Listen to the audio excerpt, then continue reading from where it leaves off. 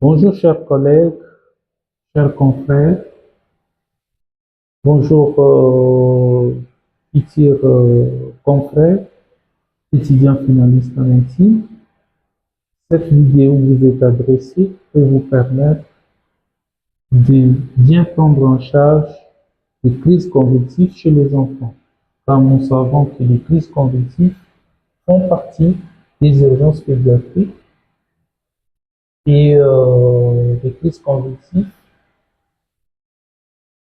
sont le motif des consultations même dans nos cabinets, en ville ou en privé. Alors, cette vidéo est adressée aux collègues, aux confrères ou à tout soignant qui se retrouve dans un milieu reculé où le bilan coûte cher, où le plateau technique ne permet pas de réaliser le bilan facilement, bilan biologique ou paraclinique. Alors, devant tout cas de convulsion, ce qu'il faut mettre à l'esprit, c'est de savoir est-ce sont des convulsions fébriles ou ce sont des convulsions non fébriles.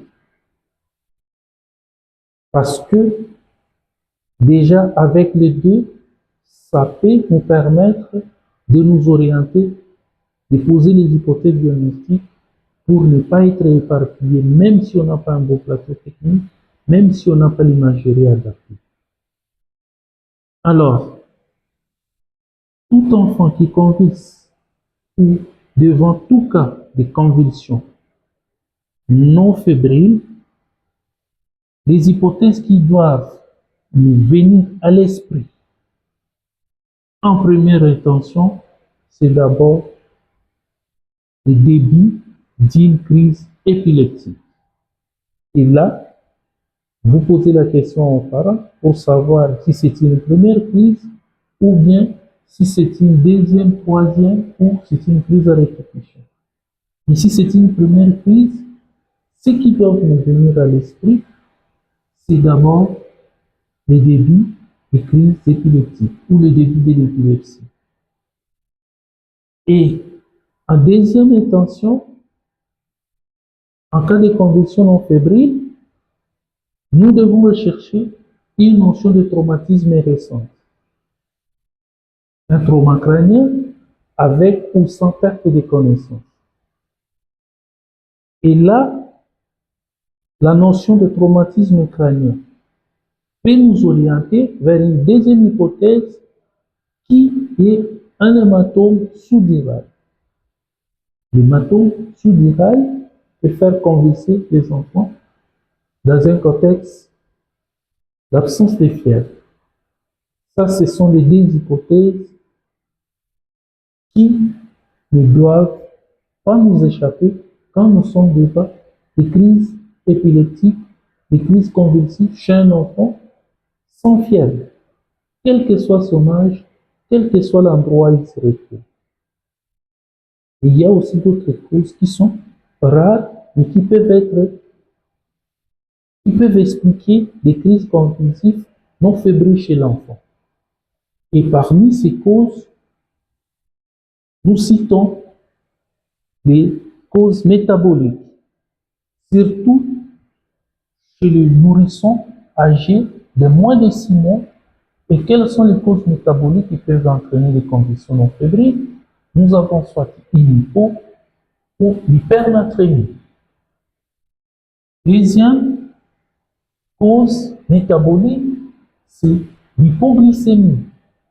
Et là, même si vous n'avez pas un beau plateau technique, vous pouvez au moins faire une glycémie capillaire et là, vous tombez sur les diagnostics et les traitements pour corriger l'hypoglycémie.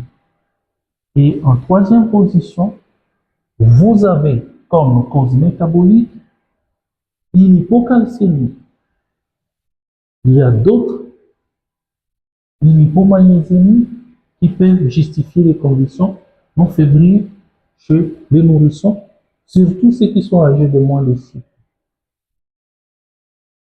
En dehors des causes métaboliques, que j'ai mis parmi les causes rares, mais qui sont fréquentes quand même, Nous avons les tumeurs. Nous avons une hypertension artérielle et nous avons un syndrome hémolytique et irénique. Donc, devant tout cas de convulsion non fébrile chez les enfants, en dehors des causes qu'on a citées, le syndrome hémolytique et irénique doit passer aussi dans votre esprit. Et si vous avez un beau plateau technique, cherchez comment confirmer ou infirmer cette hypothèse. Il ne faut pas oublier les trépieds d'un syndrome hémorragique, hémolytique et irénique, car nous avons des signes biologiques, mais nous avons aussi des trépieds cliniques qui est fait de l'anémie, qui est faite d'une thrombopénie avec hémorragie, et nous avons une insuffisance rénale.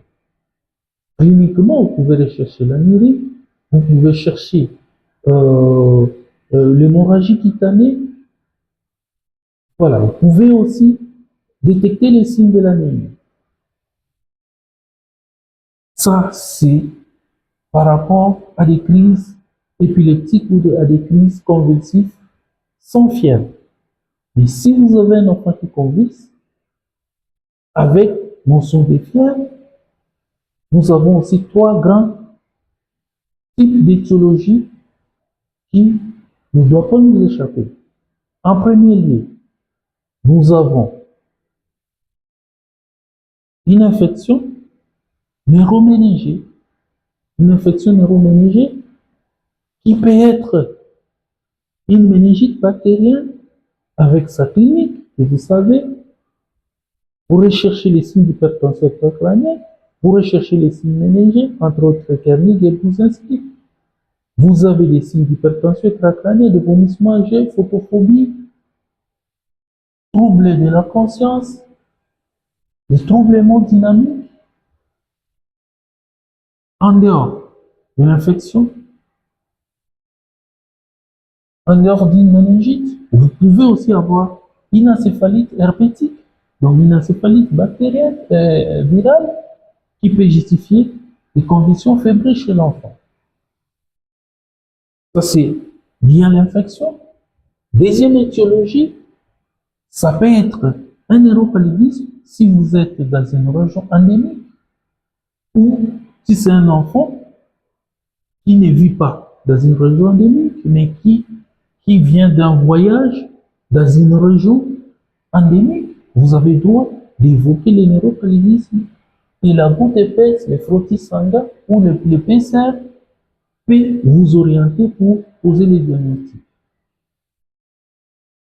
Et comme troisième étiologie, nous pouvons évoquer des crises fébriles qu'on appelait jadis des convulsions hyperpyrétiques. Donc ça peut justifier des convulsions fébriles chez les enfants. Ça, ce sont les trois grandes causes ou les trois grandes étiologies qu'il ne faut pas oublier, qu'il ne faut pas passer à côté. Mais en dehors de ça, vous avez aussi les causes qu'on appelle les causes rares, mais qui sont trouvables, qui justifient des conditions fébriles chez l'enfant. Nous avons primo un abcès cérébral qui a aussi sa symptomatologie que vous devez rechercher. Nous avons une thrombophlébite cérébrale qui peut justifier, qui peut être recherchée devant tout cas de convulsion fébrile.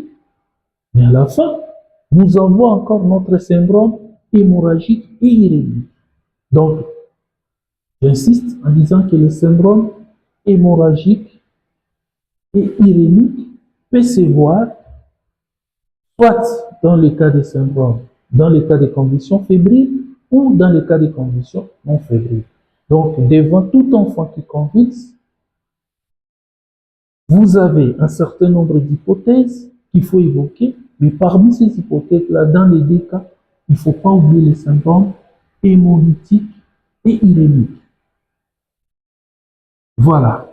Là, ça va vous permettre de ne pas passer à côté des pas de cibler les bilans à faire, de cibler les examens, peu coûteux que vous pouvez réaliser pour vous permettre de poser les diagnostics. Et parmi les bilans que nous faisons, c'est le bilan biologique. Nous avons l'ionogramme, nous avons la ponction lombaire et nous avons, au finish, si vous avez les moyens, de faire une imagerie cérébrale. Et maintenant, je vais me focaliser sur les convulsions non fébriles. Si vous recevez dans votre cabinet ou dans votre en urgence tout enfant qui vient avec des convulsions fébriles et que vous pensez que ce sont des convulsions, des crises fébriles ou des convulsions hyperpyrétiques, vous devez savoir qu'il y a deux types de convulsions fébriles ou dit à la fièvre, ou des crises fébriles, ou ce qu'on a appelé communément des crises de convulsions hyperpyrétiques. Nous avons deux types de convulsions hyperpyrétiques. Des convulsions hyperpyrétiques simples et des convulsions hyperpyrétiques complexes. Et quand on dit simple, ça ne nécessite pas un bilan d'emblée et ça ne nécessite pas une hospitalisation d'emblée. Vous pouvez garder l'enfant en observation pendant quelques heures, donner des conseils, rassurer les parents et soigner la fièvre ou la cause de la fièvre et faire retourner l'enfant au domicile. Mais par contre, si vous pensez que ce sont des convulsions fébriles complexes, vous êtes appelé à hospitaliser systématiquement l'enfant, à réaliser le bilan pour chercher l'étiologie de ces convulsions, bien que fébriles, mais complexes, et comment faire le distinguo, comment faire la part des choses entre les convulsions fébriles simples et les convulsions fébriles complexes. Nous avons 5 critères pour faire le distinguo entre les deux types de convulsions fébriles. Primo, c'est l'âge. Pour parler des convulsions fébriles simples, vous aurez devant vous des enfants âgés de 10 années à 5 ans. Mais si vous avez un enfant qui convulse sur la fièvre et que son âge est inférieur à 1 année, dites-vous que ce sont des crises convulsives ou bien des crises fébriles complexes. Et ça nécessite des bilans, ça nécessite une hospitalisation d'arrêt. Deuxième critère, la durée des convulsions, de la crise. En cas de convulsions fébriles simples, les crises ne dépassent généralement pas 15 minutes. Et puis c'est une crise unique pour 24 heures. Mais en cas de crise convulsive ou crise fébrile complexe, les crises peuvent aller jusqu'à 15 minutes ou dépasser 15 minutes. Et les parents vont vous signaler que c'est plus d'une crise pendant 24 heures. Vous recevez un enfant qui vient en consultation parce qu'il a convulsé sur la fièvre et que pendant votre examen, il reconvulse. Là, c'est plus une crise fébrile simple, ça fait partie de ce qu'on appelle les crises fébriles complexes. Ça nécessite un bilan, ça nécessite une hospitalisation en systématique. Troisième critère, c'est la forme ou les types de convulsions. Normalement, en cas de crise fébrile simple, ce sont des convulsions tonico-cloniques généralisées. Mais en cas de convulsions ou des crises fébriles complexes, le débit est localisé, soit au niveau des membres, soit au niveau du visage, soit une partie du corps. Donc, les convulsions ne sont pas généralisées au début. Mais à la longue, comme ce sont des convulsions qui durent au-delà de 15 minutes, ça peut devenir généralisé. Au début, c'est une crise qui est localisée. Et quatrième critère, pour des crises fébriles simple, il n'y a pas de déficit en post-critique. Donc, après les crises, vous examinez l'enfant, il n'y a pas de déficit ni moteur, ni sensoriel. Tandis qu'en cas de crise fébrile complexe, vous avez soit des signes de focalisation, soit un déficit moteur, soit un déficit sensoriel. Et comme cinquième critère, pour faire le distinguo, après les crises fébriles simples, l'examen neurologique est normal. Tandis que, en cas de crise fébrile complexe, l'examen neurologique est toujours pathologique. Voilà. Et puis, comme cinquième ou sixième critère, en cas d'examen, en cas de crise fébrile simple, il n'y a pas d'antécédent neurologique. Donc, cet enfant n'a jamais présenté de problèmes neurologiques avant de présenter des convulsions dites fébriles. Mais chez les enfants avec des crises fébriles complexes, on signale la présence d'un antécédent neurologique. Il a déjà présenté des problèmes neurologiques auparavant, soit un déficit, soit sensoriel, soit moteur, soit voilà. Et là, si vous êtes devant un enfant qui présente des crises fébriles simples, vous pouvez garder l'enfant pendant quelques heures en observation pour voir s'il va reconvulser ou pas. Mais dans le cas contraire, vous pouvez prescrire un traitement. D'habitude, on donne le Nicolam, il y a le diazépam, on peut prescrire préventivement aux parents et vous les laissez partir avec l'enfant. Et vous soignez la fièvre ou encore sa porte d'entrée. Ça peut être une urinée, ça peut être une rhinopharyngite, ça peut être une angine, ça peut être une otite. Voilà, vous soignez la cause et vous laissez l'enfant rentrer avec ses parents. Pas besoin de bilan, pas besoin d'hospitalisation systématique. Mais en cas de crise fébrile complexe, vous êtes appelé à garder l'enfant en hospitalisation, à faire les bilans, soit l'enlever une ponction lombaire, le bilan. Selon l'étiologie qui vous vient à l'esprit, vous faites la biologie et l'enfant doit être hospitalisable parce qu'il y a risque de récidive. Il peut faire 2, 3, 4 ou plusieurs crises dans les 24 heures. Et dès que vous avez l'étiologie, vous mettez l'étiologie, le traitement en marche et vous résolvez les problèmes. Voilà, pour aujourd'hui, on s'arrête là. Merci pour votre attention. Nous allons encore vous faire une petite vidéo prochainement, si Dieu le veut, pour vous parler, pour faire les résumés, vous dire comment se comporter, surtout dans les milieux reculés où les bilans, les examens coûtent cher, les parents n'ont pas tous les moyens. Vous jouez sur ces arguments cliniques pour éviter aux parents parfois les dépenses coûteuses qui parfois ne sont pas utiles pour poser les diagnostics. Je dis et je vous remercie.